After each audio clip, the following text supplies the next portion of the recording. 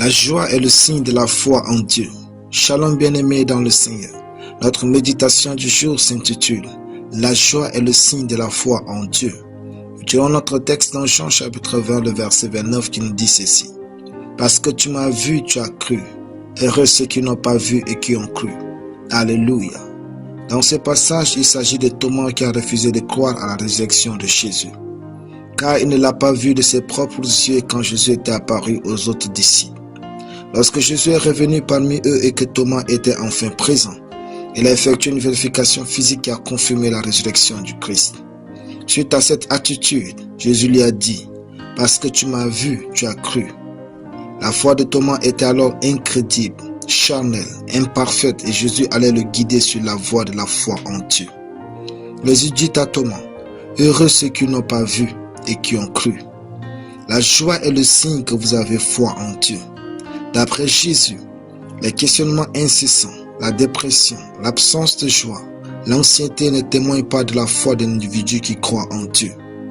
Avec Dieu, vous n'avez pas besoin de voir avec vos yeux pour croire. Vous devez croire pour voir, car heureux ceux qui n'ont pas vu et qui ont cru. Vous devez apprendre à fonder votre foi sur Dieu et non sur les circonstances de ce monde. C'est là que votre véritable joie commence dans la vie.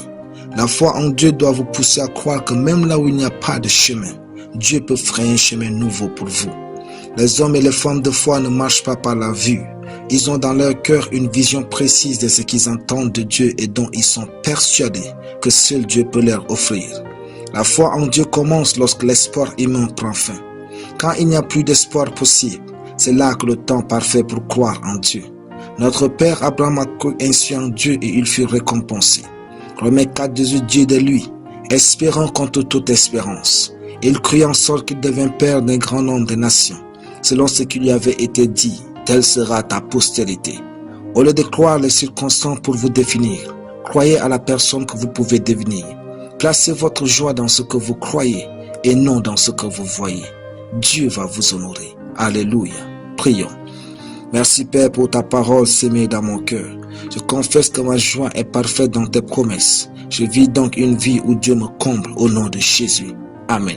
La lecture biblique en une année. Josué chapitre 21 à Josué chapitre 24. Soyez bénis, c'était le pain du ciel.